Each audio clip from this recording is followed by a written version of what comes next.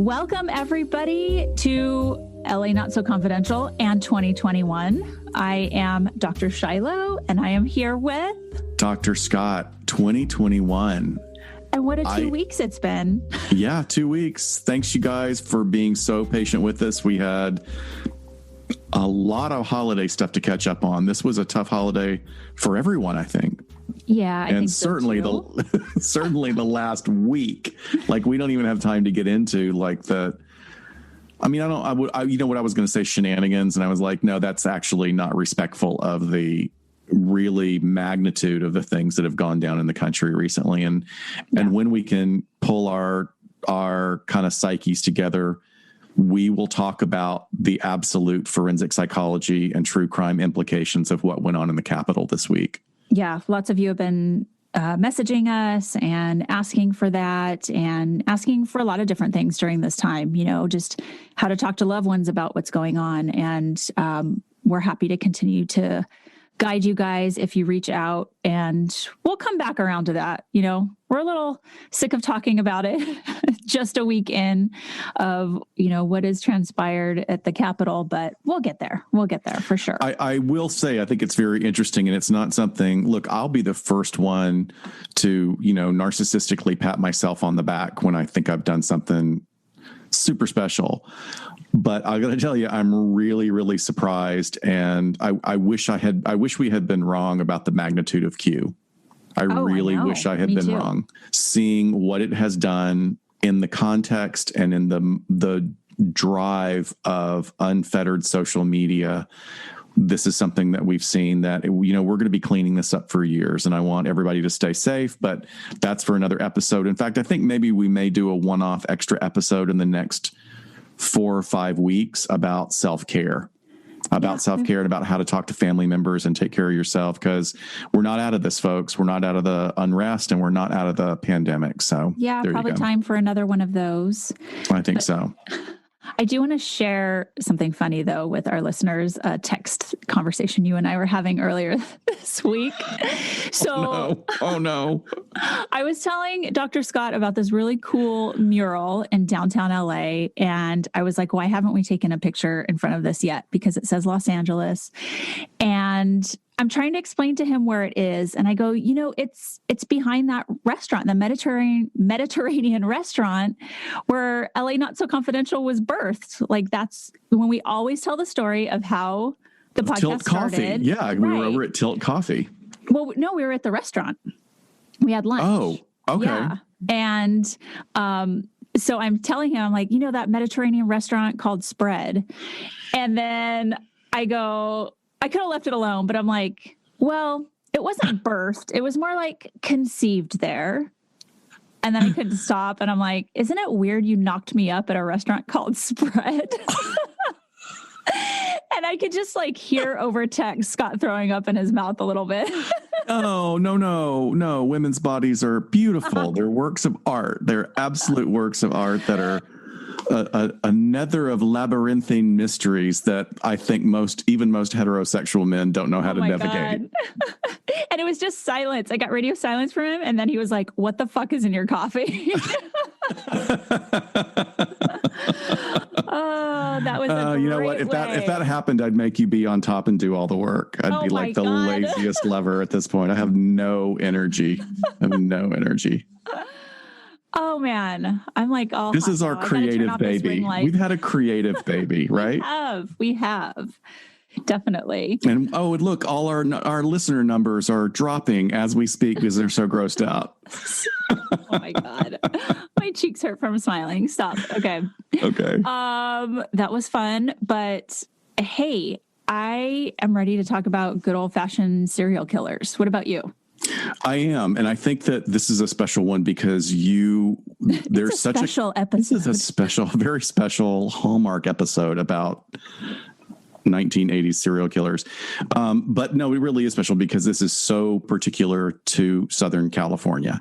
Oh my gosh. And specific to a time and specific to absolutely a movement in the U.S. and spawned a movement and was part of a movement and driven by a movement that we'll dive into just a little bit. But we mainly want to focus on the case and sort of the cultural zeitgeist at the time. And you and I don't talk about like these heavy hitter serial killers not so much very often. And I don't know. I wanted to revisit this just for the things that you're sort of describing, that, the story of the Night Stalker, Richard Ramirez, is so quintessential to Los Angeles. And what I want to do today is not so much focus on him, like doing a deep dive on, necessarily what makes him up or what his court trial was like or anything like that.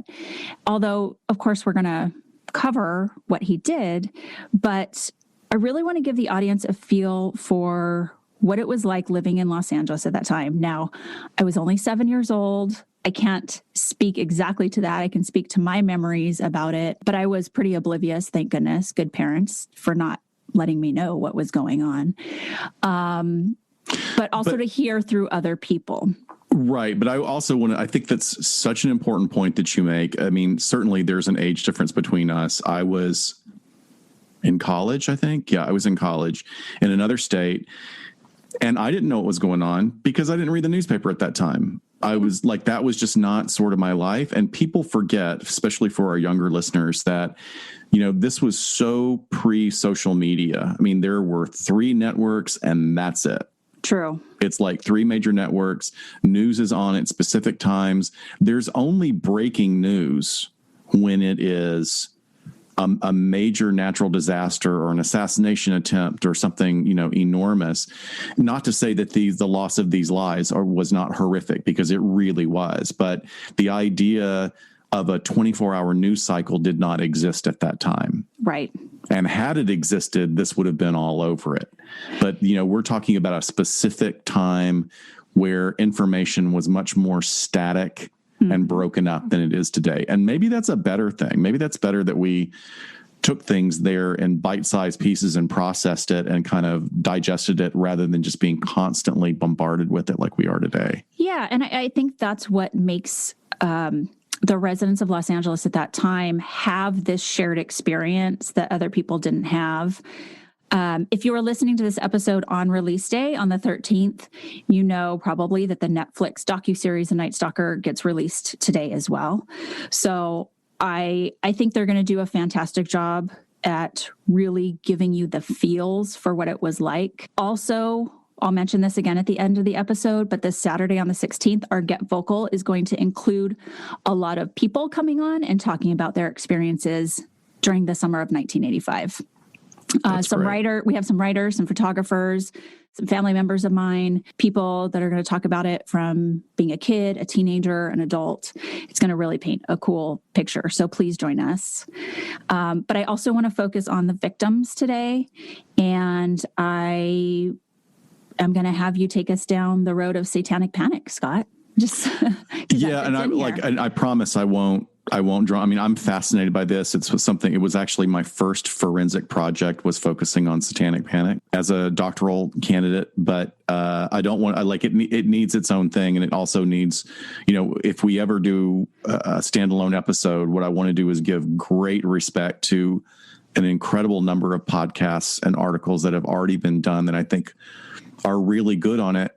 And I would say also that I want to hear more. I think that there's a lot that can be pulled out of the exploration of why these basically witch hunts occur. Mm-hmm. Mm-hmm. And they're happening now. The Q is a witch hunt. It is the same thing. This is the same cycle that seems to be happening ever since the Middle Ages when we burned men and women at the stake, or worse. I mean, there are worse things than setting someone on fire, unfortunately. Yeah. But so we'll touch on that. But mainly, I think what you're saying is giving a timeline of what went down with Ramirez, as well as talking about really the state of the art of forensic psychology at the time and forensic evaluation, which was either really good or really bad. And we're going to give you kind of examples of both of those and what our perspectives are on them now. Right. And we don't do a lot of trigger warnings. Usually we just say, hey, if you're listening to us, it's kind of par for the course. But we are going to talk about with talking about the victims, some torture. There's child abuse, child murder here. We're going to keep it as clinical and ungory as possible. So just want to give you guys a heads up. Yes. So I said that this was very quintessential to LA, but Richard Ramirez was very much a quintessential serial killer with what we kind of think of when we think of a serial killer in terms of, what factors made him into what he became. So we have from when he was in utero, his mother is pregnant with him and she's working in a boot factory day after day, a lot of harsh chemicals while she's pregnant. So we right there have the beginning of possibly, something's going on that could impact Richard Ramirez at a very, very early age. Chemical, absolutely. Exposure to harsh chemicals. And let me tell you, at that time, there was a lot less, there was even less regulation than there is today with that kind of environment. Oh my gosh. Yeah. I mean, could you imagine a pregnant woman working in those conditions at this time? I mean, yeah, it's crazy to think about. When he was 2 years old, he was crawling up a piece of furniture, a dresser, as children do, but that dresser was not bolted to the wall and it fell on him, injuring him quite seriously. He was knocked unconscious. He required about 30 stitches in his head. And there's head injury, number one. And then there's another one when he's about 5 or 6, where he was hit in the head again, knocked unconscious by a swing. And it was at this point that he started suffering from seizures. So he was eventually diagnosed with epilepsy, which we know is associated with abnormal electrical activity in the brain. It's a neurological disorder. So here we're seeing a physical, biological impact of these injuries happening. Well, like you're saying, clearly there's one head injury is absolutely concrete. We know about that. And then on top of it, the potential for in utero chemical exposure is very, very possible as well. Right. So, you have some physical things going on that is changing brain structure. And then we have some of the trauma and abuse exposure, some of those environmental factors. At age 12 to 13, he was really starting to hang out with his older cousin who was a Vietnam vet. And they would smoke marijuana together, but he liked to share his photographic evidence from Vietnam of the torture and mutilation and rape of the Vietnamese women over there. So this is really a time where you have Richard Ramirez admitting that he's starting to pair violence and killing with being sexually aroused. So we have a pairing situation happening there. It's probably creating... And what age was that? Did you say that was between 12 and 13? 12 and 13. Okay. Yeah.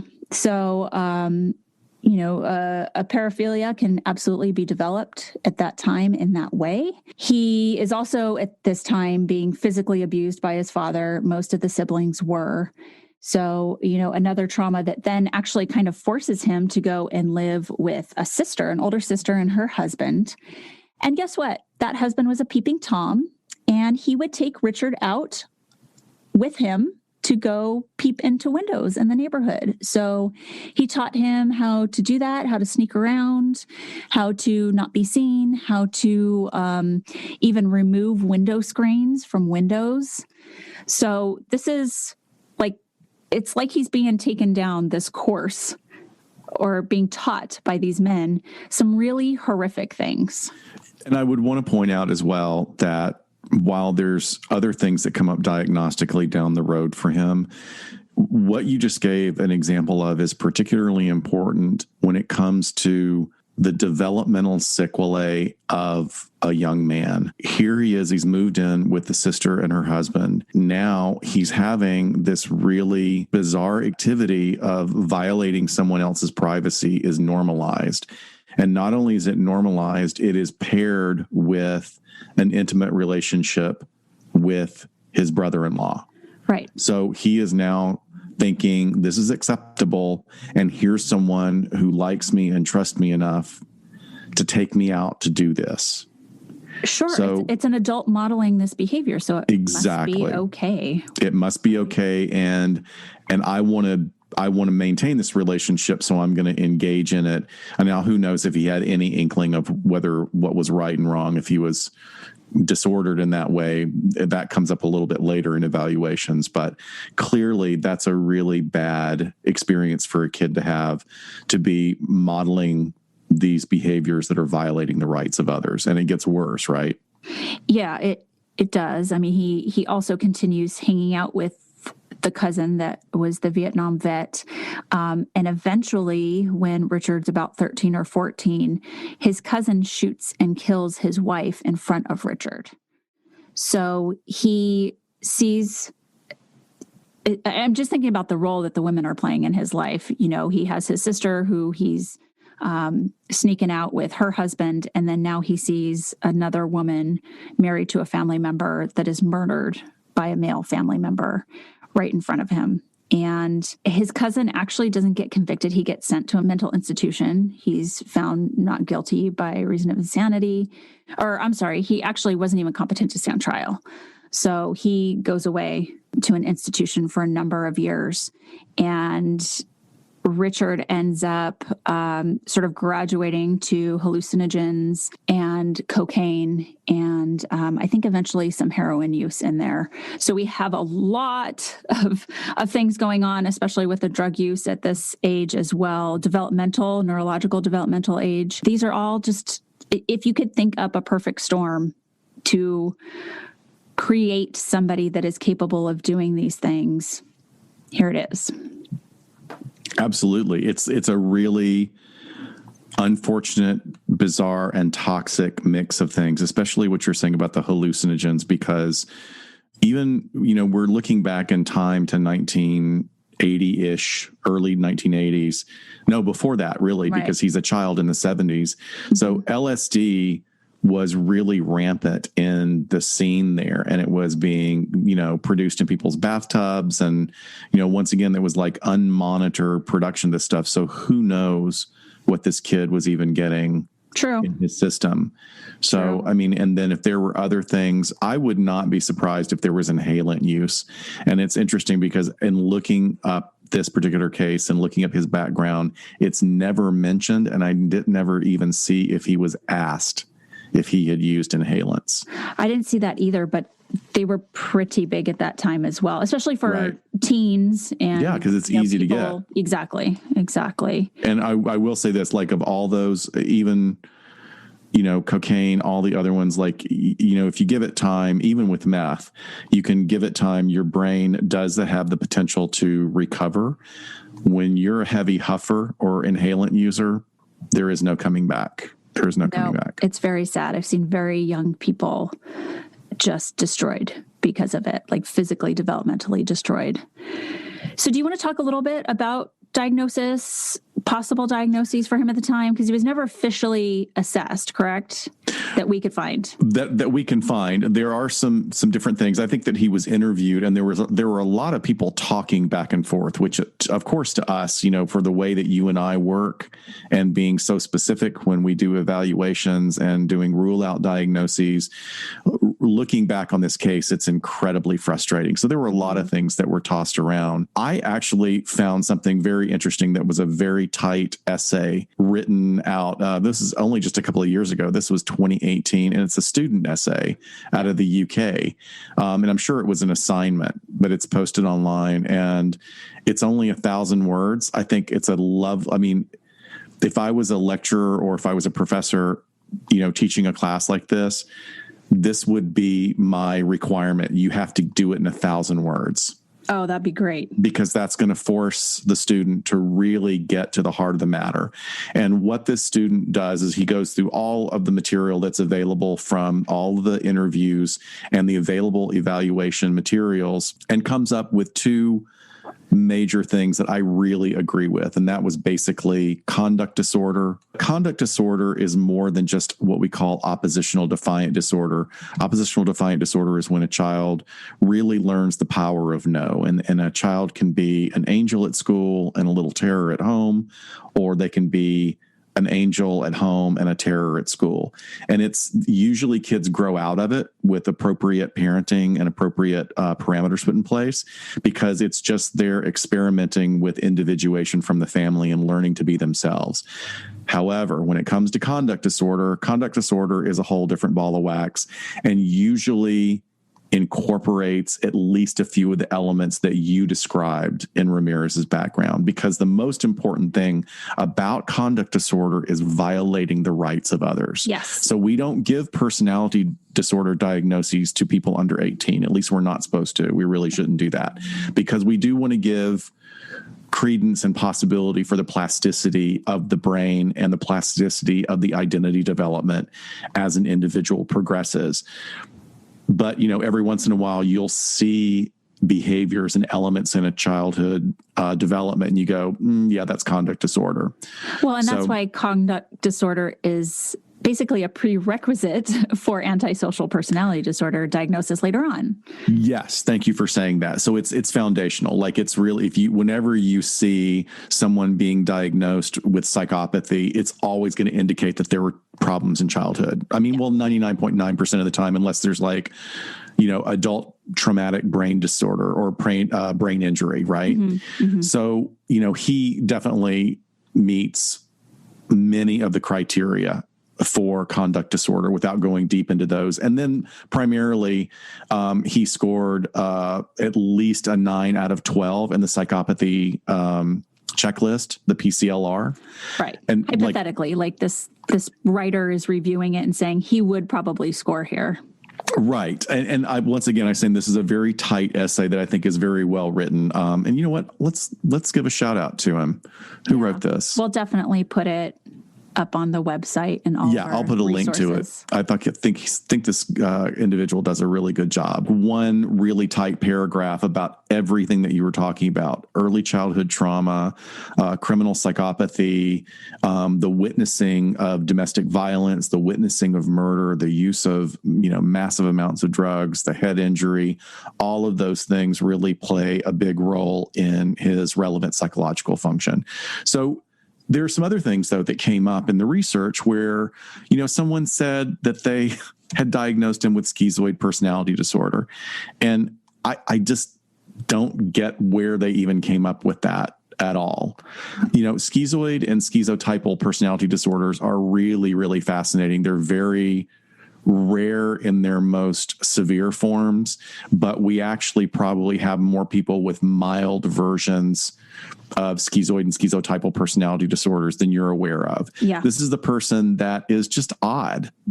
It's the loner, the not necessarily the dangerous loner, but just an odd person that doesn't really seem to want and or need close relationships.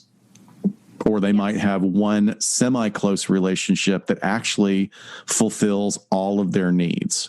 Right. Or they Was the guy who murdered Rebecca Schaefer, wasn't he diagnosed with schizoid personality disorder? Yeah, well, that was one of them. I mean, he had a lot. I think he actually has, if I remember correctly, it was a cluster personality disorder as well as some pretty severe psychosis.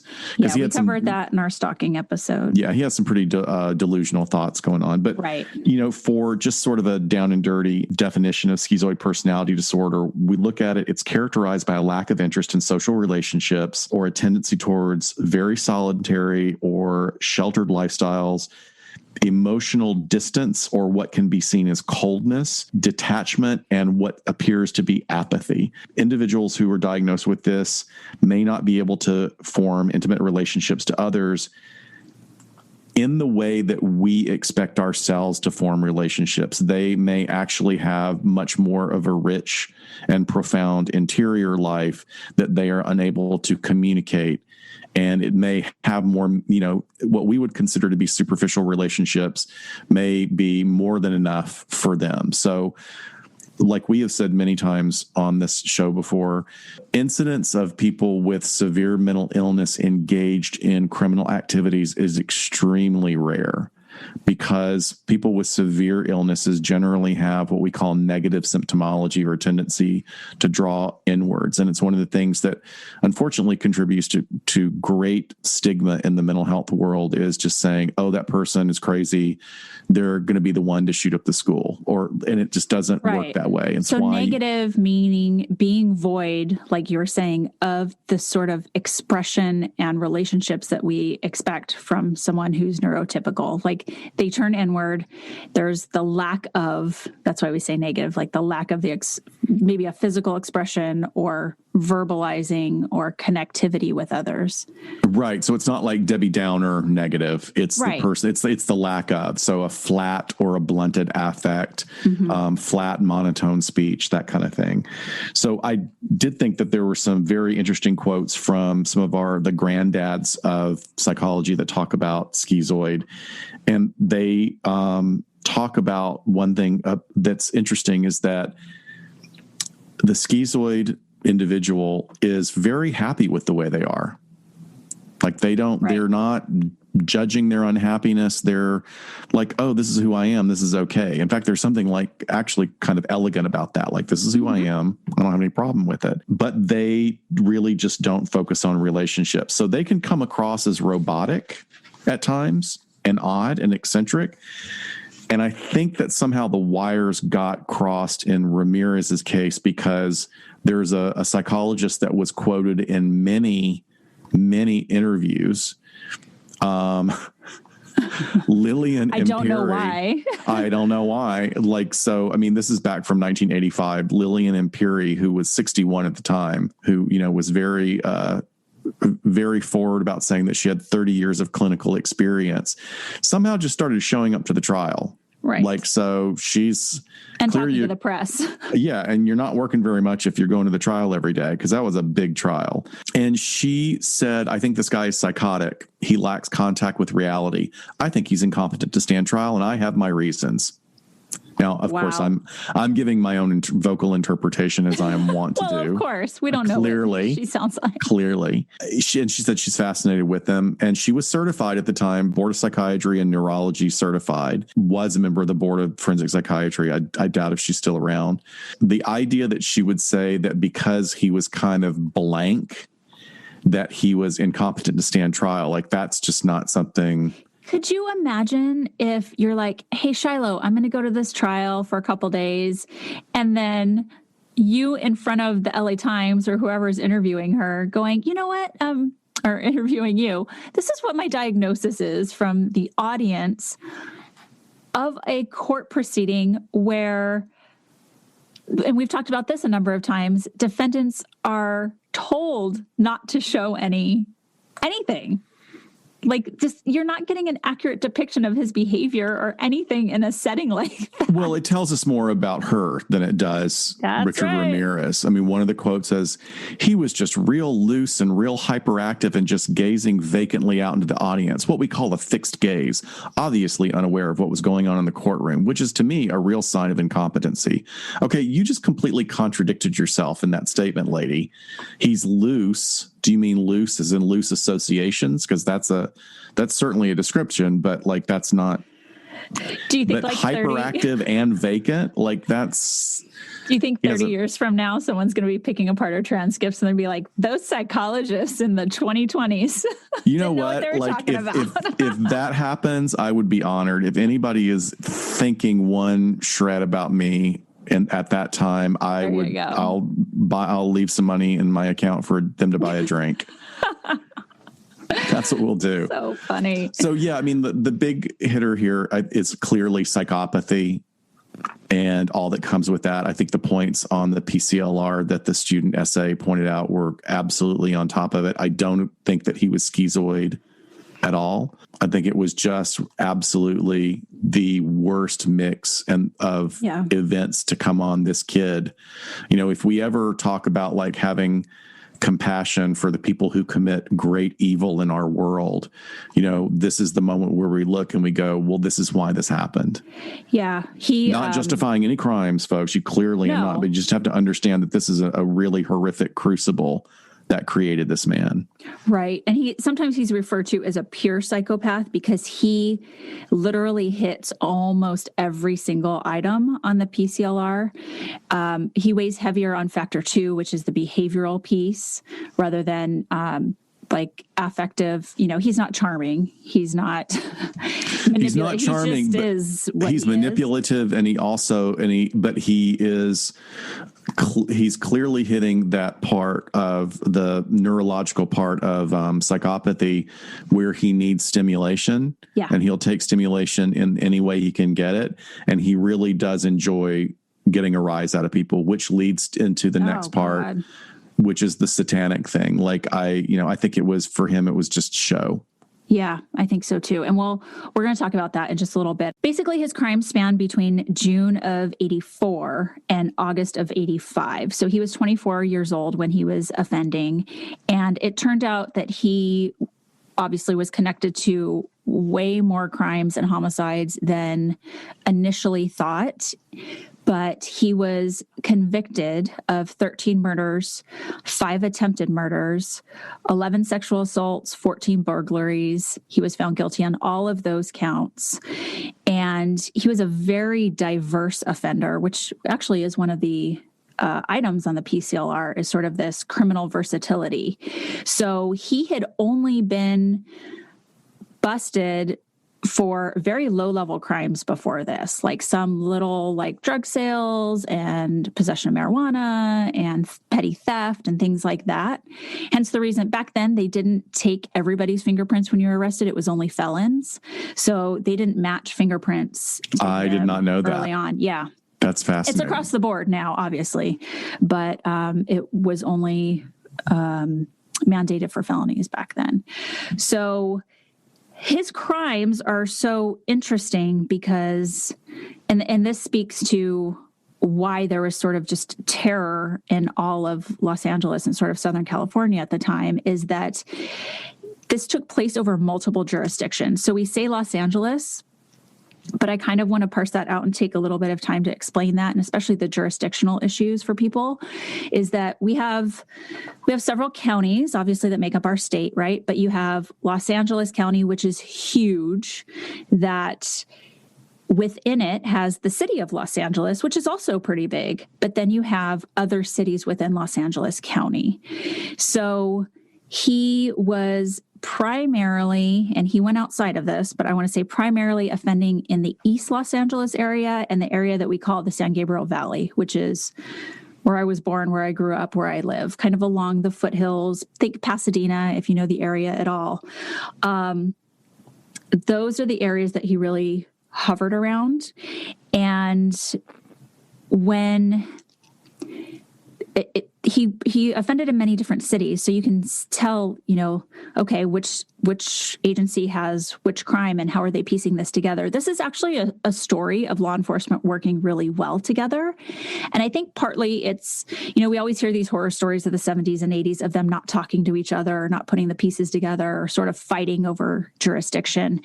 But it worked really well in this scenario because when you have these little pockets of LA County that have smaller police departments, they're not very experienced at homicides happening in their cities. So by default, the Los Angeles County Sheriff's Department actually will come in and investigate homicides because their homicide team is amazing. They are badass. They're really, really good at what they do. Even from back then? Even from back then. Wow. Oh, yeah. Okay. Oh, yeah. They're great. So you have kind of the two biggest agencies are LAPD and the LA County Sheriff's Department. And both of them, their homicide teams are elite. They've always been at the forefront. And so you have some murders happening in the jurisdiction of the Sheriff's Department, But then you have them happening in these other cities, but it was nice because automatically the sheriffs get called in. So you're having the same eyes on these scenes. And I love that we do that here because it's not that they have to ask for help. It just automatically happens. So even in like the little city that I worked in, whenever there was a homicide, the sheriffs came and investigated it. Whenever there was an officer involved shooting, they came in and investigated it. So we didn't investigate our own on it. We just have we actually do some things right here in LA. So, but he did also offend in Orange County, like very South Orange County towards the end. And then as you'll hear, he was offending up in the Bay Area. But as far as it being down here, we did a great job. And really kind of the superstar of all of this is the lead investigator, Gil Carrillo, with the Sheriff's Department. He's going to be featured in the docuseries that's coming out. I've heard him speak before. He's fantastic. He reminds me of all of like my parents' friends from when I was a kid, because my parents were with the Sheriff's Department. But he was just great, very tenacious. Aside from those crimes, I think it goes unspoken sometimes that Richard Ramirez greatly offended against children as well. He was also a child murderer that we found out later. But there were 5 child abductions that he was responsible for in Los Angeles during the times that he was also committing these murders.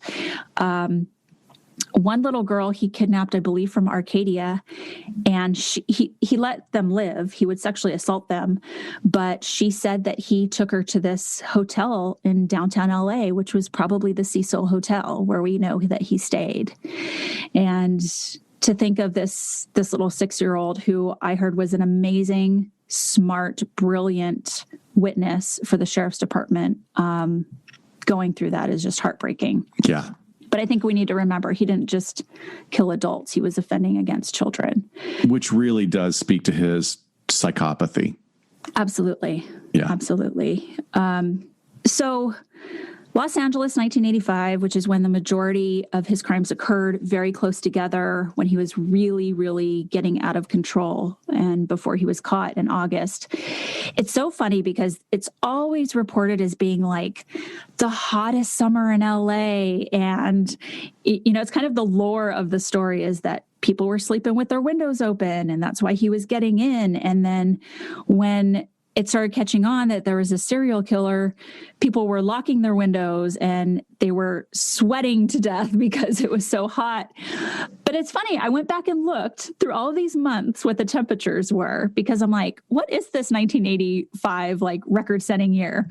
And it was like between May and August, 70s to high 80s. Oh, that's nothing. That's nothing compared to what we have now at all. Does that speak to global warming or what? Just doing our own little experiment here? Let me also put it this way, though. I don't think that air conditioning was quite as ubiquitous as it is today. Exactly. And I know this is just going to sound completely out of left field. The enormous building boom that happened in Southern California in the late 50s all the way through the 70s was really crappy construction. So we're talking like really badly designed homes that did not have airflow, had low ceilings. I mean, like there's classic LA architecture, which is beautiful. And then there's a lot of crap that got thrown up during the 50s through probably even the late 80s. Yeah. That if you don't have an air conditioning, like you could, the nights might be pleasant, but your building is still hot from getting all the sun during the day. Yeah, you're spot on. That definitely was the difference. It was not commonplace to have AC. And many of the windows that he got in were like these really crappy, you can even tell the quality of the construction by the way they're described, because they're these cheap slide windows as opposed to double pane hung windows that can be locked, or you can lock them in position to little air in, but keep people out. Right. And that was sort of his signature. He would slip in through sliding doors. He would come in through windows. And it was very creepy. It the horrific nature of the crimes that we're going to get into left people in fear. But just this invasion, this feeling that it could happen at your home. Right. At the most vulnerable time, typically he was breaking into people's homes between, 2 and 4 in the morning.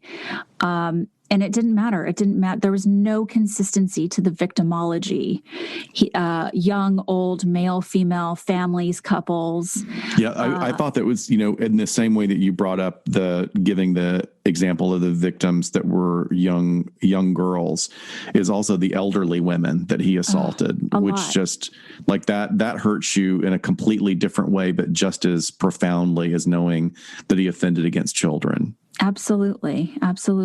And there was no consistency to the method of killing. People were stabbed, people were strangled, people were shot, people were bludgeoned. Sometimes he would bring the weapons with him. Sometimes he would find what was ever in the home.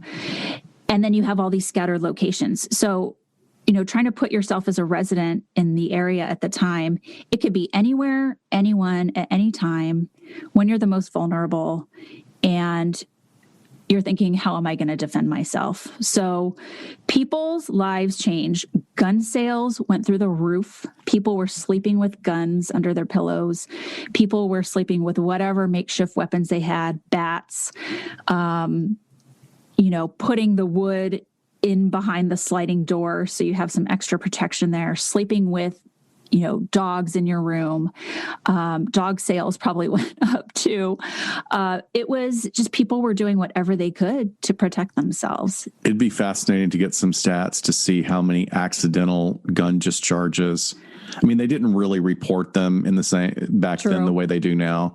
The minute a gun is discharged in LA now, it's like the police are on it and there's an investigation about it. But I bet. I think a lot of inexperienced people with firearms. Right. And I think you're talking about something very specific to the time that will tie to something we talk about in a moment. But it was really a time of innocence in many ways. Because I grew up in a neighborhood in Alabama where you didn't lock your doors. Like when I Sure. was in high school and had bussing tables at a restaurant and I would be coming in late, I didn't need a house key because it was open. And then there was one incidence of somebody creeping around houses in our neighborhood. I think this was probably like 78 or 79. And let me tell you, the news traveled fast and everybody's door locked. Oh, I bet. That, So I think that you're talking about like really a change in the culture. Sure. That just put people on edge. And that's reflected if anybody's watching the Netflix series Ripper, which was about another serial killer in London, and actually not in London, but in England. They talk about the same thing that, now women all had to be worried about leaving a bar at night and how that became problematic on so many levels because now men would use this as a pickup line. Oh, well, let me walk you home, as opposed to, well, you shouldn't be out here alone by yourself. I mean, that became a whole other issue. So I know. Once again, it's about how one incident or one series of events can completely change an entire environment. Yeah. And nothing was added the creep factor to this, like when they finally started getting some witness descriptions of him. And then that really creepy sketch of him before we knew who he was, which was just those piercing eyes. And it was staring at you from every newspaper and television broadcast all the time if you were here. So, it's fueling. It's really spinning up, and people are really on edge. And it was quite a time. There's a fantastic book called The Summer of Satan. It's written by Glenn Martin, who was a former LAPD detective. It's such a wonderful depiction of Los Angeles. It's in conjunction with the LA Public Library that he wrote this book, but it's a series of photographs and stories of the people at the time. And I believe there's only one photo if one, there might be none, but I think there's one photo of Richard Ramirez in it, but the rest is just about the people of Los Angeles during that time. And it's a really kind of cool postcard to that, those few months. But it's available on Amazon. I went to a talk at the LA Public Library when they were releasing it and heard from some of the people whose stories he tells and who are going to be in the documentary. And it's just story after story about how they felt, some people having run-ins with him and not realizing it until later in some of these neighborhoods. Wow. But I highly recommend the book. It's fantastic. We'll put a link up to it in our show notes as well. Yeah. But this case was, it was really about a lot of forensic science, and the hard science behind forensics. It was about fingerprints. It was about shoe prints, yes. Whether they were dusting shoe prints or cutting up rugs or making plaster casts of the shoe prints. That was very important. Photographic evidence, seminal fluid, DNA evidence. This was really a interesting cutting edge time in forensic science. And eventually the fingerprints and the shoe prints are what, linked this as serial killing, because it wasn't making sense other than that with the type of victimology that we're talking about and the offending behavior. And there was also an informant who named him. And that's a big part of this case that nobody ever talks about. Though all those things, the forensics and this informant really got the investigators to do good police work and narrow it down to the right Richard Ramirez, because we're not talking about an uncommon name here, especially in Southern California. Right. So finally finding the right Richard Ramirez could be really difficult, but it was solved by a combo of all of those things.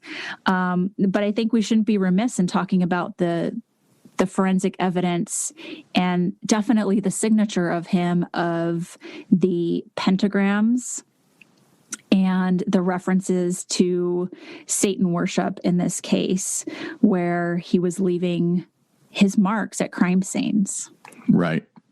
Now, before we move on to that, which I'm going to cover briefly, if, you were talking about sort of this coming together in a more integrative way, all of these different forms of forensic criminal pathology and forensic pathology elements. Certainly they didn't have the DNA test that we have, but they could tell what blood type he was and things like that. But wasn't it really the plaster casts of the footprints of the shoe prints? Wasn't that the main thing that identified him or connected them? It connected them, right? It was identifying the correct shoe and shoe size based on those plaster casts. Okay. But they were able to find out that it's something like, however many versions of those shoes in that size were shipped to California, and only one pair actually made it to Southern California. So that was a big part of the investigation. And that's fascinating too, to think about, like, now there's technology that can do it. And Don't Fuck with Cats, which is a great documentary. They talk about all that crowdsourced information and like, oh, I found that this blanket is only made in Yugoslavia. And like, that's kind of amazing. But then you think about them tracking that shoe information down in 1985. That's kind of amazing. I know. Yeah. Exactly. That's some major investigative work right there. Hey, Crawlspace community, do you love true crime podcasts but could do without all the chatty banter? Are you intrigued by what's underneath our collective true crime obsession and want to hear field experts, authors, and content creators weigh in on the subject? Well, it might be time for you to kill the small talk and join the dialogue. I'm Rebecca Sebastian, host of Dialogue, a true crime conversation, which is a weekly podcast where I speak with fascinating guests from the true crime world and the criminal justice system. And yes, I have interviewed Tim and Lance, and you don't want to miss that episode. Together, we explore the genre itself and attempt to answer the why of true crime and the question, what are we even talking about when we talk about true crime? Join me every Wednesday for a new episode and a killer conversation. Dialogue is part of the Crawlspace Network and available wherever you listen. So, you use the word creepy, and certainly this was an absolute chilling experience and frightening experience for so many people. Once again, because people could not rule themselves out as potential victims, right? Like if this guy was only going for blonde 19-year-olds under 5'10", right. Everybody else like, hey, you know what? Right. I'm fine. I'm not leaving my sliding glass door open tonight. Exactly. I'm going to get a nice breeze, because there were so many variations in his victimology. This, certainly heightened the fear. And then on top of it was the idea that he was leaving these calling cards that indicated, some occult leanings that he had.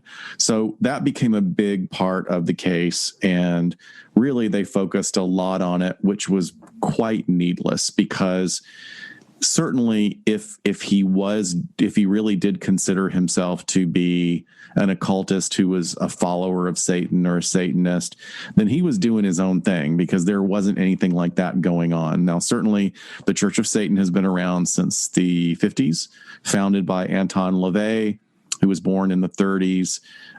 It was a response to a lot of sort of overly restrictive moral discussions that were being had at the time. So if you drill down, and I think probably a lot of our listeners would already know a lot of this stuff anyway, but the whole religion of Satanism, as it is understood in our modern world today, is really populated by a lot of philosophical beliefs and intellectual beliefs, and mainly atheistic skeptics or agnostic skeptics.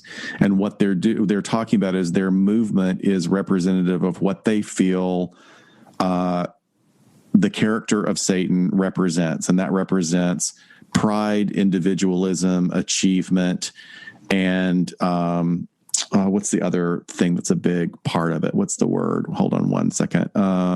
So basically it boils down to this. The Church of Satan views Satan as a character who is an archetype or an avatar that is positive and represents enlightenment, seeking of knowledge, individualism, and pride. And it is basically pushing back against what we call the Abrahamic faiths, which became Christianity, Judaism, and Islam. So basically sort of, no, we are going to elevate the individual and the pride in your accomplishments and what you can do. And interestingly enough, one of the not the catchphrase, because it's not a catchphrase like, hey, buy this, but sort of the underlying read of the Church of Satan is, and it harm none, do what thou wilt. So basically, you do you. Right. Don't hurt anybody. You're right. You do you. All right. Like, don't hurt anybody. Don't fuck anybody up, but you do you, and leave everybody else alone. Now, I mean, that's an oversimplification, but that is also pushing back against sort of the new age sort of Gardnerian stuff that was going on. I'm sorry, I can go down the total hole because I love occultism. I'm totally fascinated by it.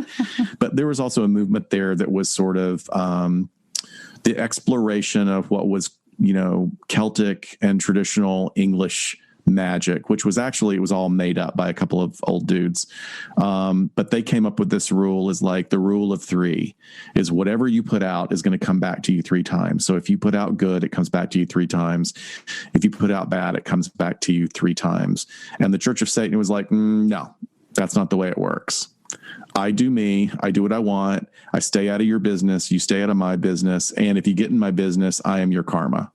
Oh, okay. So that's the way it kind of boils down. It's like, so it's not this like big evil. It's more, and today the Church of Satan is doing some very interesting things. I will say this is like, they are enormous advocates for women's rights, for women's body rights. And, as our U.S. unfortunately turns more and more towards taking away women's bodily autonomy, the Church of Satan is actually filing court cases to support women's health clinics across the country. So having said all that, that sounds nothing like Richard Ramirez or what he was quote unquote practicing. It's not. Now, look, there was also at the time where, rock music was changing. rock music began to change at this time because they were looking for the next edge. So there became, metal started developing. And there are many musicians and rockers from that time that say the Satanic Panic made rock music. Oh, because bet. it was kind of dying out. It was not really, there was nothing that was being, developed. And California rock was sort of this easygoing sort of, right. Philosophical pothead So they stuff. sort of rode the wave of, right. Hey, let's be controversial as we can be, and hail exactly. Satan. Yeah. So unfortunately, though, as we move into the 80s, there's another phenomenon that's happening that is sort of parallel to Richard Ramirez's sort of assertions that he was practicing Satanism. He was doing his own thing, with his use of pentagrams and some ritual animal sacrifice, because that's not what the Church of Satan was about at that time. But certainly there are people out there saying, I'm a Satanist, this is what I do. But unfortunately, it became sort of the lightning rod for the worst that can be happening in the culture. Now, very briefly, I'm only going to touch on this briefly because a lot has already been said about this, but this was also coinciding at the same time where a lot of double income families were occurring. So it wasn't just a nuclear family where one person was going to work and supporting the family. This was both adults going and working full time. So what happens to your kids? They're left alone to their own devices, to influences. Well, if they're old enough, right? I mean, if they're old enough, the teenagers get in trouble. But let's talk about it. Let's talk about a non-multi-generational family. Just like it's mom and dad. They both have jobs. They've got 3 kids. Those kids go into preschool. They go into daycare. I was a daycare kid. Exactly. So this was the first time that had actually really happened in history that we know of sort of these. Well, I mean, there's some indications in ancient history of that, but like all day long in sort of this preschool or kindergarten environment or daycare environment, so that parents didn't know where their kids were. Right. And they knew that they were there and they assumed that they were safe. But then the Satanic Panic of the 80s and multiple cases and allegations of children being abused and it mutating into sort of these allegations of satanic rites, which has been investigated over and over and over again. And there has been one case, there's one case of ritual abuse that is interfamily of a grandparent couple that were practicing some sort of bizarre religion and they were abusing their children sexually. But that was one case in all of this. Wow. And over the years, I mean, there's still some people in prison as a result of these cases. Many lives were ruined, but no cases ever stuck. And the big one here in Southern California was the McMartin preschool that many people still believe that they were guilty. None of the charges ever stuck. The main witness came forward in 2005 and in an LA Times article gave a breakdown of why he said what he said. And when he tried to recant, he was basically completely shunned by his family, shunned by the police. Terrible situation. So you have to understand that this is also happening in the environment that Ramirez was working in, as people were suddenly afraid that not only is this horrible person abusing and raping and assaulting and killing people, but he's leaving pentagrams. He's leaving his mark, and he's saying that he is, that he's a Satanist and that he is the devil. And he does have an intense stare, and he does have like sort of a disheveled look that was even a little wild for that time. Do you think he really believed in it, or do you think it was part of his shtick to be scary? I completely believe it was shtick. I don't think he believed a bit of it. I don't think that a lot of them did. I think that was a way at the time. I mean, certainly there are people who go on their own personal journeys and trying to empower themselves. Self-improvement might involve your own particular spiritual path that takes you through many different religious explorations. But, this is sort of, and certainly I do know some people, I mean, there's a lot of psychology studies about people that are drawn to the occult and how it is in order to gain a sense of personal power and empowerment. And in many ways, it becomes sort of therapeutic because you're engaging in regular rituals that you have learned or you've been taught that sort of do the same thing that you might have in therapy. But it's not about like these, like sort of the sacrifice things that we hear about. But because I wonder if it was sort of the explanation he came up with. Yes, it appears creepy, and when he's telling people, his victims to swear to Satan or whatever.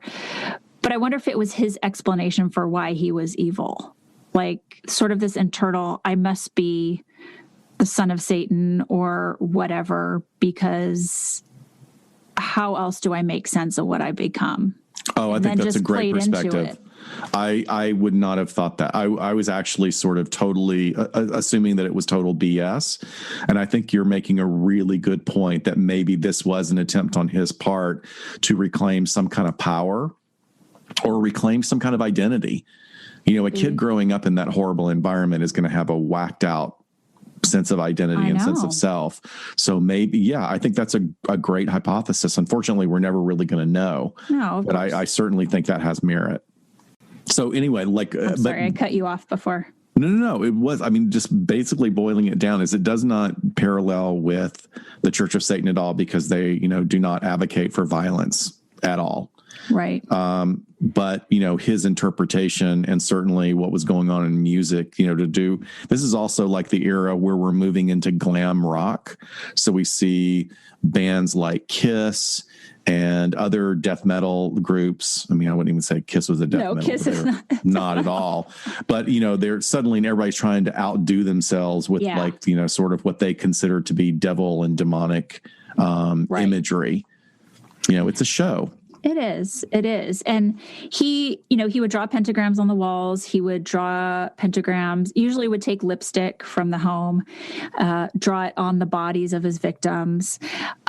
Interestingly, and not funny situation, he actually got pulled over by a police officer, actually a couple times. And they didn't put two and two together, but he was pulled over on suspicion of driving a stolen car. He liked to drive stolen cars. And the cop jokingly said, "Hey, you're not that Night Stalker guy, are you?" And he was like, "Oh, no, but they'll never catch that guy." And they're kind of bullshitting or whatever. And then the cop goes back to his car, to run the plate or whatever. Richard Ramirez gets out of the stolen car. The officer was a motor officer. So Richard Ramirez gets out of the car, and before he takes off into the night running away because he knows that he's going to get caught, he draws a pentagram in the dust on the hood of the car that he stole before he takes off into the night. And then he was gone. The cops didn't catch him. But there he is, leaving his little, his calling card. That takes balls. That really takes balls. Yeah. Or who knows, maybe he feels that he cast a spell that would protect him and allow him to escape that moment right there. Perhaps. I don't know. Perhaps. So here we are to highlight the victims of Richard Ramirez, and he ultimately was convicted of only 13 murders, but he victimized a lot of people that were damaged for the rest of their lives, even if they lived through his attacks. So I'm going to go through a timeline here, and I'm going to go in order, even though we didn't know about some of these until much later. But like I had said, his offending that we knew of in the summer of 85 actually started in 84. And the very first one was in April of 1984 up in San Francisco.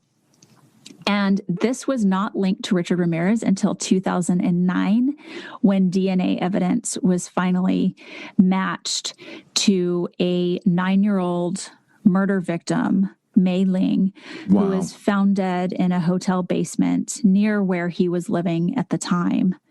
So they collected evidence, which, again, part of the forensics. Thank God they collected all of this, even though they didn't even have the technology for it yet. They were collecting and maintaining it and were able to get a DNA match in 2009. Super interesting about this is there was also the DNA of a second person found at the crime scene who from all accounts, it sounds like the police have identified, but the person was a minor at the time, and they've never named this person or brought charges.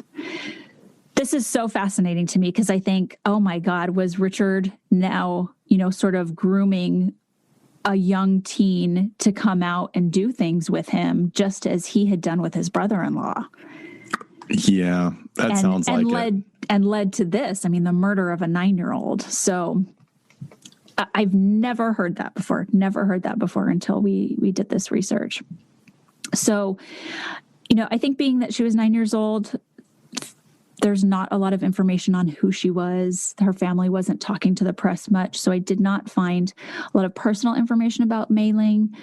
And then, by the time we found out she was linked to him, so much time had passed. But then in June of 1984, back down here in Los Angeles, an area called Glassell Park, which is sort of northeast Los Angeles near Eagle Rock or Glendale, if you're familiar with that area, a 79-year-old woman named Jenny Vincow was really his first Los Angeles victim, and she was sexually assaulted and stabbed, and her throat had been slashed, and her adult son unfortunately found her at the scene, and he was one of the first to testify at the trial. Now, they did not know that this was Richard Ramirez at the time. They thought that a 1985 murder was the first one, but then they realized it because they did lift a fingerprint from this scene and were later able to connect it. Wow. So Jenny Vincow, not a lot of, again, I think because she wasn't linked at first, not a lot of information on her. And then there's a lot of speculation, and I have not found confirmation of this, but that he was also involved in the stabbing death of basically a celebrity chef, Kobayashi, up in Nob Hill in the San Francisco area in November of 1984. So as late as maybe a couple of years ago, investigators are still trying to tie offenses to him. This one is just kind of, it's a maybe still, but it definitely looked like him. So in 1985, we're now in 85 proper, in February, there are some sisters up in the Bay Area, Christina and Mary Caldwell, living together, ages 58 and 71, found dead in their home, and they were each stabbed dozens of times. And they're a case that we didn't know about down here in Los Angeles either. But March 17th, 1985 is a very, very deadly day down here in Los Angeles at the hands of Richard Ramirez, because he starts off in Rosemead, which is sort of East Los Angeles, San Gabriel Valley area. It's where my husband grew up. He lived he said within 2 miles of this crime. But 2 women lived together, 20-year-old Maria Hernandez and Dale Okazaki. She was 34. And Maria is coming home. She opens the garage, pulls her car in, and Richard Ramirez dips into the garage before she's able to shut the big garage door. And he confronts her in the garage. She lifts her hands up to sort of protect her face, and he fires a round at her, which is deflected by the keys in her hand. And she falls to the ground and pretends to be dead. He steps over her, goes into the home, and ends up surprising and killing Dale, who's in the home. Maria does live. Dale dies. Dale was born in Hawaii, and she was just 2 weeks shy of her 35th birthday when this happened. She had spent that evening actually at her parents' house watching a movie, and she was recently promoted at work, had a boyfriend. Life was going really well. She had attended Pasadena City College. She loved to take classes like cake decorating classes, and she had taken self-defense courses. She was the kind of person, a friend described her once in a story saying, I was kind of at work just talking about how I had to paint my house that weekend and how I was dreading it. And Dale showed up on her doorstep with a paintbrush in hand that weekend and was like, "How can I help?" That's just, I mean, all of this is so tragic, and it's just the beginning. It is.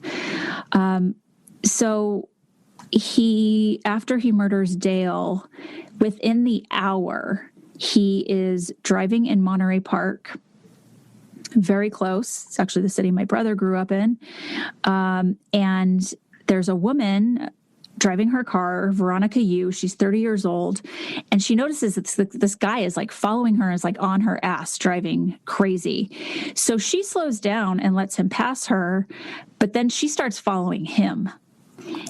And eventually they stop. There's not a ton of people around. There was one witness, but he ends up stopping. She's behind him at a red light. He gets out and he tries to pull her by the shoulders through the window and eventually just shoots her in the face in the car. And she lived for a little while, but a witness did call for ambulance and she died on the way to the hospital. She was a 30-year-old student who lived with her parents locally, and her family really didn't comment on her life too much. They didn't like talking to the press. So that's all we really know about Veronica. I think that's an interesting comment as we're moving through these cases and trying to, give these victims of name and a voice and a face so that they're remembered as much as Ramirez is. Mm-hmm. Ramirez, like, eventually, I think the best thing would be for the names of these killers to just go away and let us focus on the lives that were taken.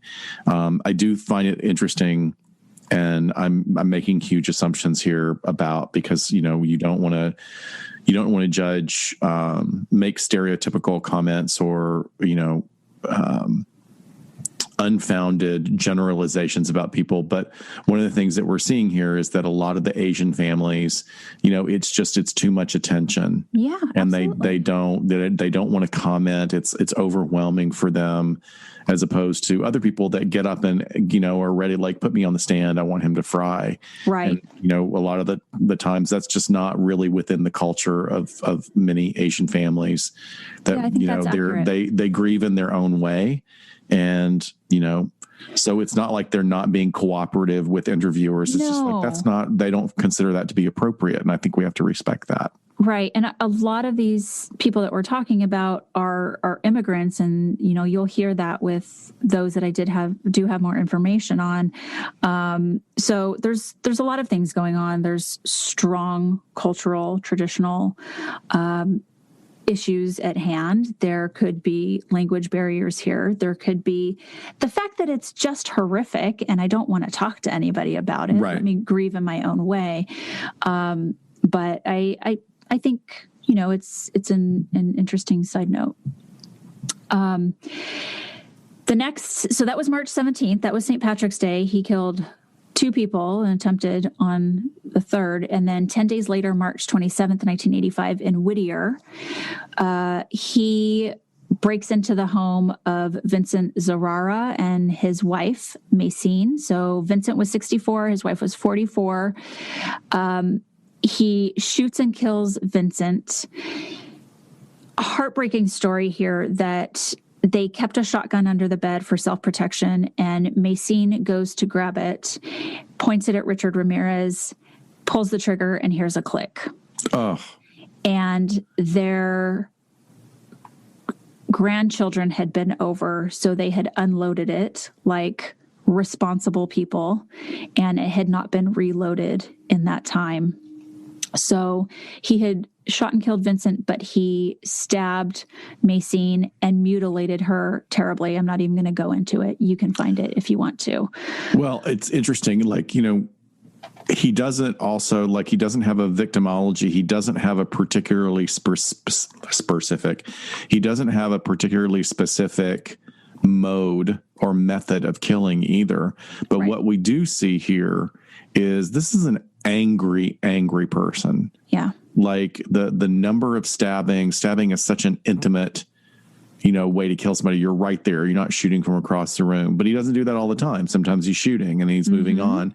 It's almost like he's just trying to up his score in a way.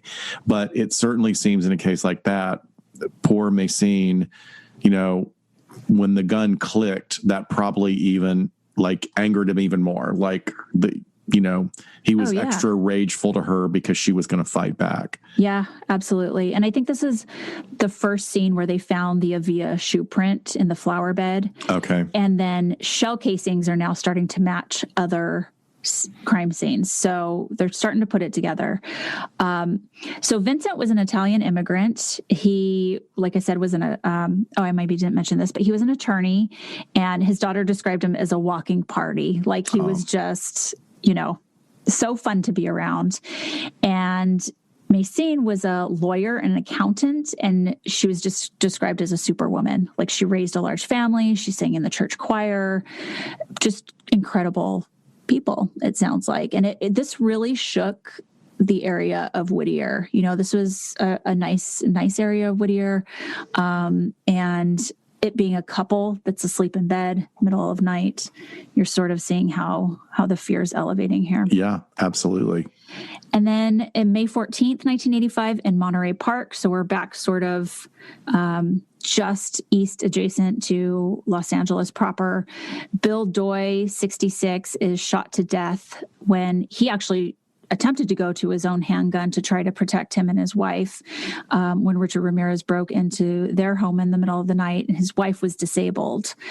And Bill is shot. He actually did manage to dial 911 before he died, likely saving his wife's life. But she was raped by Richard Ramirez. And this is also a pattern. There's a lot of maybe because some of them are elderly, but disabled individuals that Richard Ramirez is sexually assaulting.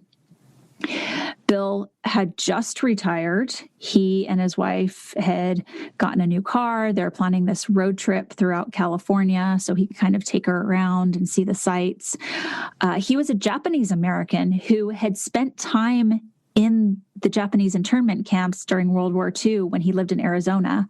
And then he later joined the U.S. Army and was in a very elite unit of Japanese Americans. And he was actually lived in Chicago and went to Northwestern University. Wow. Accomplished all that and already had been marginalized and suffered, and then has this sort of horrible, tragic end. I mean, it's not sort of, it is a horrible, tragic end. Yeah, they were wild about their 4-year-old grandson at the time, and he lost his grandfather that day. So May 29th, we're just talking a couple weeks later in the city of Monrovia.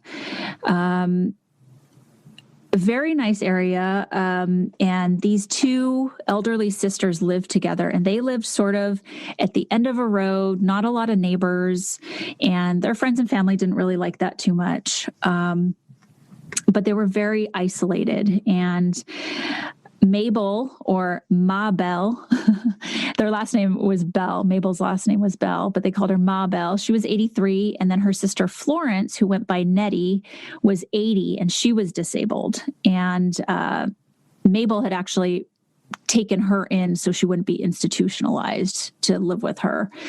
But Mabel was bludgeoned to death by Richard Ramirez. And this was where the satanic pentagrams and scrawling started to happen on the walls. Nettie was bludgeoned with a hammer, and he also electrocuted her with exposed wires and raped her. They were not found for 2 days until their gardener got there, and they were both still alive. Oh, no. Well, ooh. They were both still alive. Mabel eventually succumbed to her injuries. Nettie actually survived. Mabel had been widowed at a very early age, but she raised her 2 children. She worked as a secretary to provide for them. Like I said, she had taken in her sister later in life. Wow. But she helped 2 grandkids through college. She loved to play bridge. She played several times a week. And I love this tidbit about her. Every year she donated to an organization to help keep the Statue of Liberty in good condition. Sweet. I think that is so sweet and personal. Yeah. Who knows what we donate to? And that's just such a sweet, patriotic thing to donate to. Absolutely. It meant a lot to her. Clearly, it meant a lot. Yes. Just a day later, on May 30th, in the city of Burbank, Richard Ramirez breaks into the home of Carol Kyle. She's 41 years old, and she's there with her 11-year-old son. He rapes her and ties up the son in a closet during this. She basically, I think the son was asleep, and he got up on the bed in front of the son and pointed a gun in his face, and she basically just got in between them, ready to die for her son. And he eventually just tied up the son, put him in a closet, sexually assaulted Carol, and then tied them up together and left. So they lived. They both survived that attack. So there's also this not really rhyme or reason to who he's letting survive. Yeah. Except for maybe the most vulnerable. It feels very druggy. It feels very cocaine driven. Yeah, that's interesting. Yeah, it does. So there's also a questionable one that has not been linked to him back up in the Bay Area. Was June 1985. It was a shooting death of Edward Wildgens in Cow Hollow. I don't have much information about that other than it's one that they're looking at. But also in June 27th, in Arcadia, back down here, sort of Pasadena area, Patty Higgins was murdered. She was found with her throat slashed, laying in her bathroom. And she really seemed to be an incredible woman. She was a special education teacher and counselor for some of really the most aggressive of the special education students. And the woman from the school district who hired her said, here's this small, slight woman. And I'm like, how is she going to handle this bunch? Because she really is looking for a position with some of the more aggressive kids. And she said she was just wonderful with them. Like they really, really responded to her. She did excellent work. And she had grown up in Pennsylvania and attended college out there before moving to California.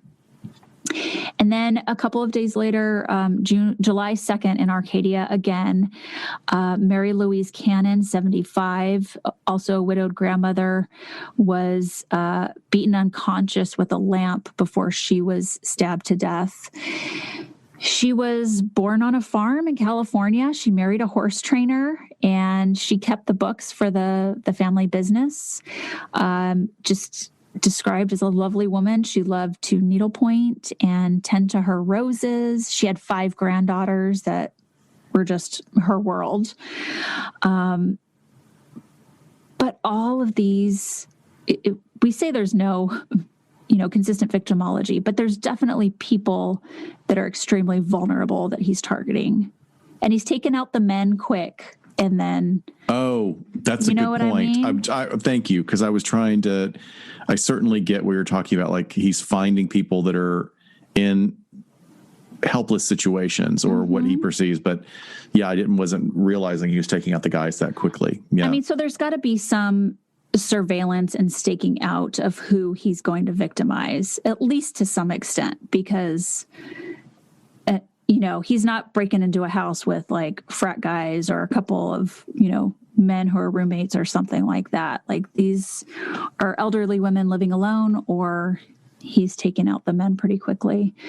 And then in July 5th, 1985 in Sierra Madre, which is somewhere I go every single week because I have family there. Lovely town. I want to live there someday. He breaks into a home and immediately just blitz attacks Whitney Bennett, who's 16 at the time, and beats her with a tire iron. And he then goes to attempt to strangle her with a telephone cord, and the cord starts to spark.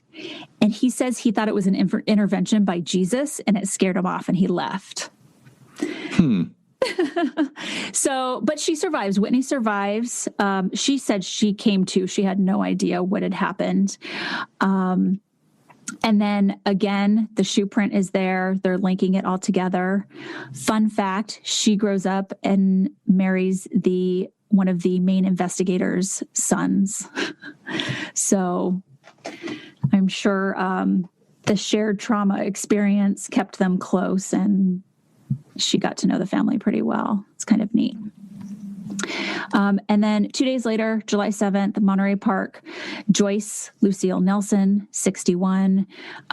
She was beaten to death.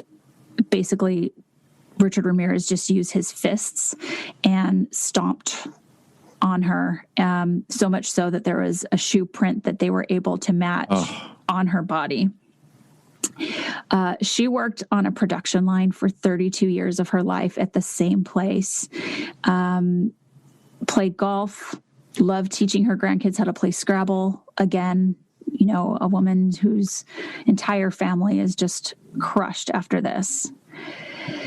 And then same day, also in Monterey Park, Richard Ramirez attacked Sophie Dickman at her home. She was 63 years old. She was raped and sodomized, and she survives. This is one that he told her to swear to Satan before he left. And I don't have there was just not a lot of information on Sophie, but she survived. That seems like a real attempt on his part to humiliate his victims. Oh, I if he's gonna let them live, he's gonna make them say something that seems like the most salacious and harming to them as individuals, and that's right. What it was for him. Yeah, definitely. Maybe he was a believer. I mean, it's like as we develop and look at these things. Possibly. And then July 20th in Glendale, we have Richard breaking into the home of Max and Leila Needling, and Max was 68, Leila was 66. Both were assaulted with a machete that Richard Ramirez had bought that day, and then he also shot them to death. They had been married 47 years. They had 3 kids, 12 grandkids. He owned a service station.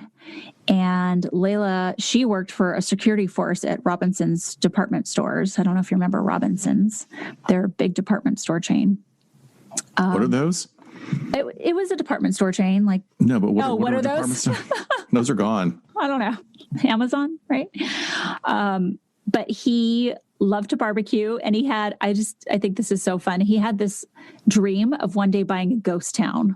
That was that's what he wanted to do with his retirement money. Let me buy a ghost town and just own one. And then she loved the Dodgers and the Lakers. And even people in her family said, even if she had chores to do, she would carry a little radio around with her so she could listen to the games while they were on. I love that. And Tommy Lasorda passed away today. That's right. That we're recording, talking about the Dodgers. They're lighting the pylons down at LAX, Dodger Blue. Yay. Good. So he murders this couple early in the day in Glendale. And then again, same day, he goes to Sun Valley, which is in the valley. And he breaks into a home and immediately shoots to death the man. His name is Chainarong Kovananth, and he's 32 years old. And his wife and 8-year-old son, I saw 2 different reports that just the wife was sexually assaulted, but I also saw a report saying that the 8-year-old son was sexually assaulted as well. Which would be our, if that's accurate, would be our first example of him, male child assault, sexual assault. Right.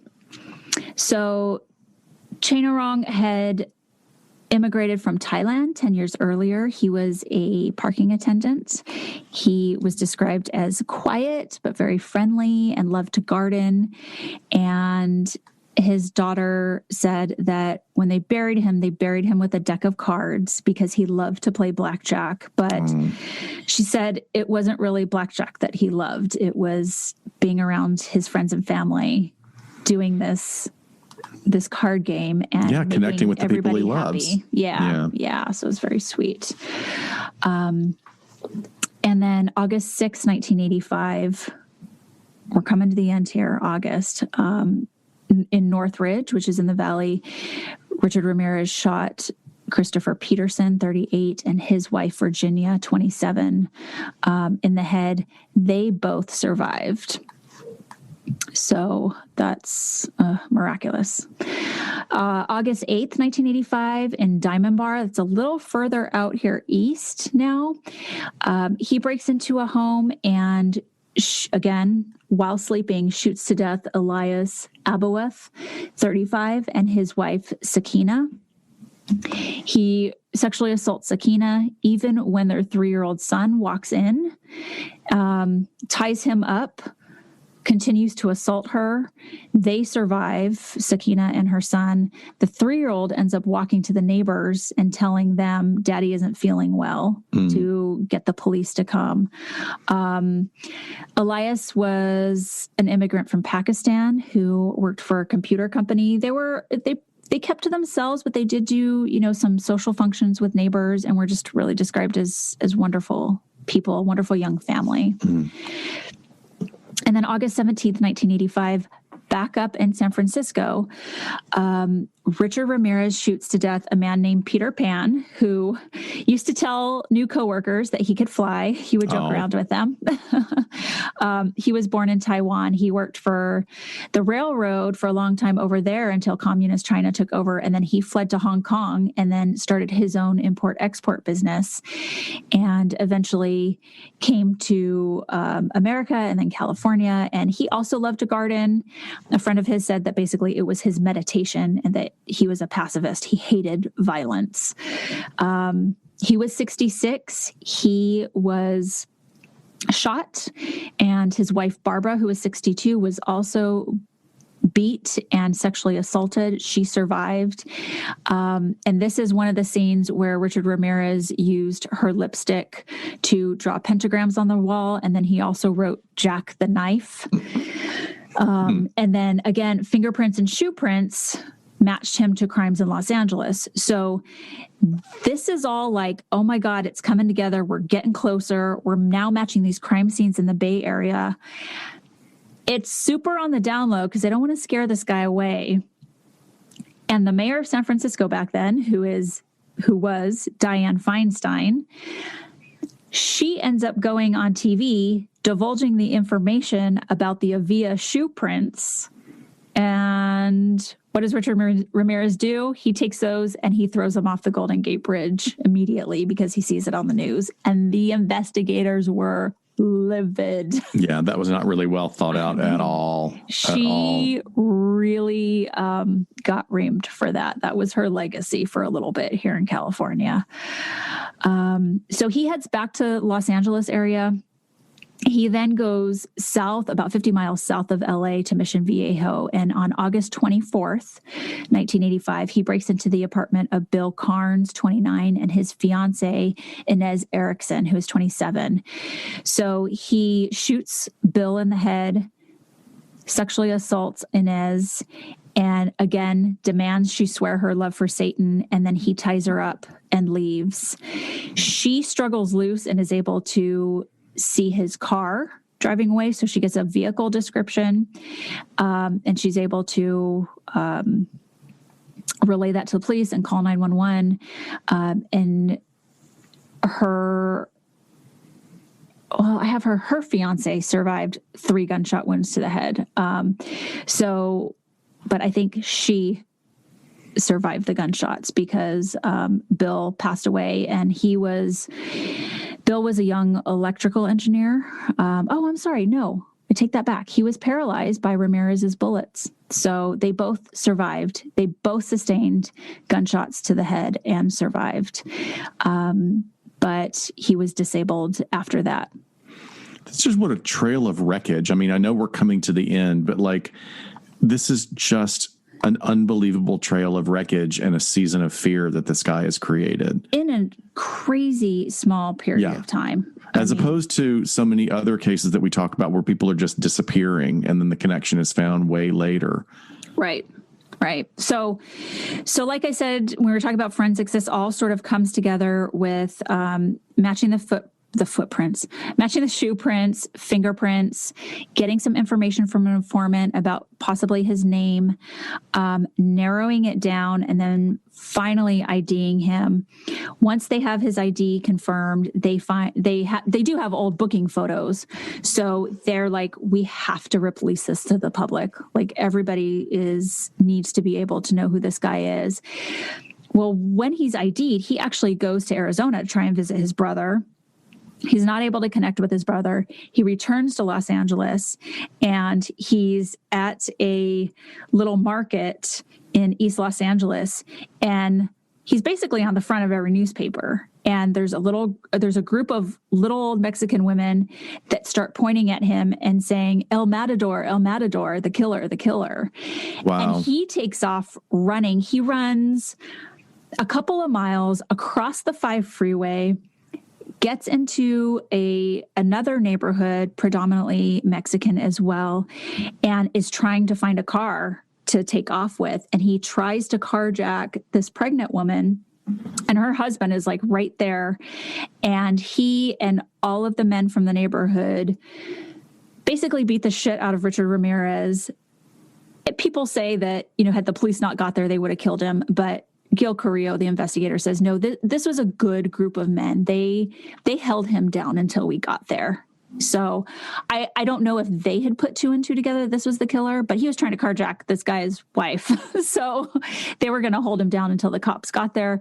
And that's basically how it happened. A bunch of people from a neighborhood caught the Night Stalker. Right. And thank God that they did hold him down, because there was so much information that came out through the process of the investigation and the trial that would have, could have potentially not connected many of these crimes. Sure. Oh, God, if he had just died, so those guys really made the right decision.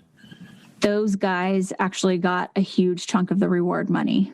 So good. I'm so happy about that. But 24 years after his sentence, Richard Ramirez was on death row for 23 years, and he died in 2013 from B-cell lymphoma, blood cancer, basically. But, a lot of this has sort of transferred over into the couple of depictions here from Hollywood that I'm just going to briefly touch on. I'm not going to harp on this at all, but the character of Richard Ramirez was featured in American Horror Story twice.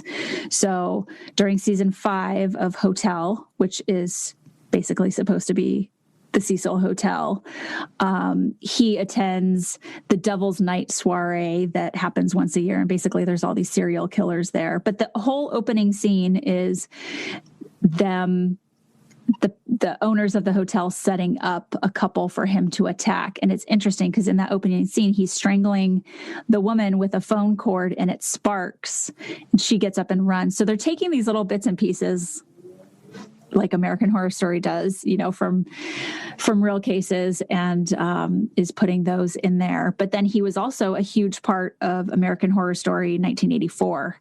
I mean, basically throughout the entire season, which takes place in the 80s. Even has the scene of him getting captured in East Los Angeles, which is pretty great to kind of see a depiction of that. And I think they brought him back because I know the sort of the mythology in American Horror Story is that you may be locked in the place where you died, but on Halloween night you can travel anywhere. Right. So don't they have some kind of like regular banquet at the Sea Hotel? Yeah, it's called Devil's Night, and that's what I was talking about, where they have like Eileen Wuornos is there, and John Wayne Gacy and Dahmer, and the Zodiac. He has his hood on because we don't know who he is, right? So, right. But do you want to hear what his parting words were after he got sentenced to death when he was leaving the courtroom? What? He says, "Hey, big deal. Death always comes with the territory. I'll see you in Disneyland." Right? Like, why that? You think it would be just like a Hail Satan or something, but. Yeah. I mean, once again, just sort of like, I think I have the overwhelming feeling that so much of this was it was a weird combination of stalking, what are we calling, surveilling potential victims, and yet a lot of impulse stuff. And I just like, there just feels like speedy, cokey, methy type impulses, like plan. And then like, three incidents in a day at different parts. It doesn't make any sense. Right. Like unless who you're has going the energy for that. Right. How do you get you're coked up or something. Yeah, I don't know. And then there's, it's not like that just happened once. There's several of those where, and, there's some where he's just, driving from here to there, but there's times when he's driving a good amount of time to get to another location in the same day. So be interesting if there was any way to overlay his travel plans during those times when he was doing days of multiple murders.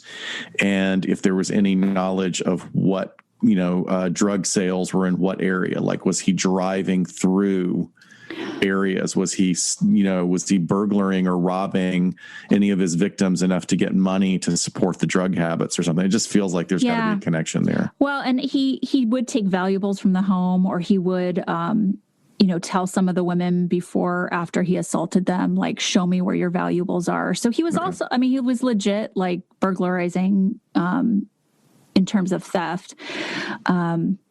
But I don't know. But I'm interested. I want to know what everyone thinks about the docuseries. Oh, yeah. I'm interested to see it. I think it's going to be really well done. I think from the trailer, I can tell they've really talked to the right people. You'll just get a real feel for it. And they have this really slow, creepy version of the song "Cruel Summer" kind of playing in the background of the trailer, which is pretty fitting. Well, I want to thank you for doing something, because this is this is a longer episode for us. But I really like that you went out of your way to focus on these wonderful people whose lives were cut short, wonderful people who gave to their community or cared for each other as family members, and just how quickly their lives were taken away from them by violence. And, I don't know if I'm making a tenuous connection in what's going on in the world today, but I think all of us would benefit from cherishing the people that we love, looking in on the people that we love, making sure that we care for people, and we do our best not to create environments where violence like this has a chance to fester in a crucible the way it did for Ramirez.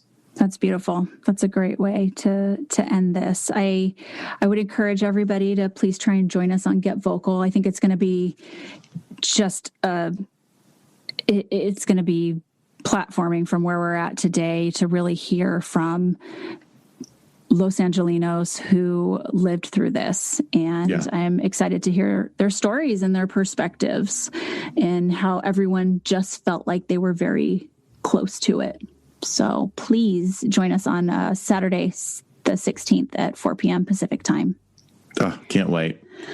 All right. Happy 2021, Dr. Scott. Happy 2021. I am cautiously hopeful.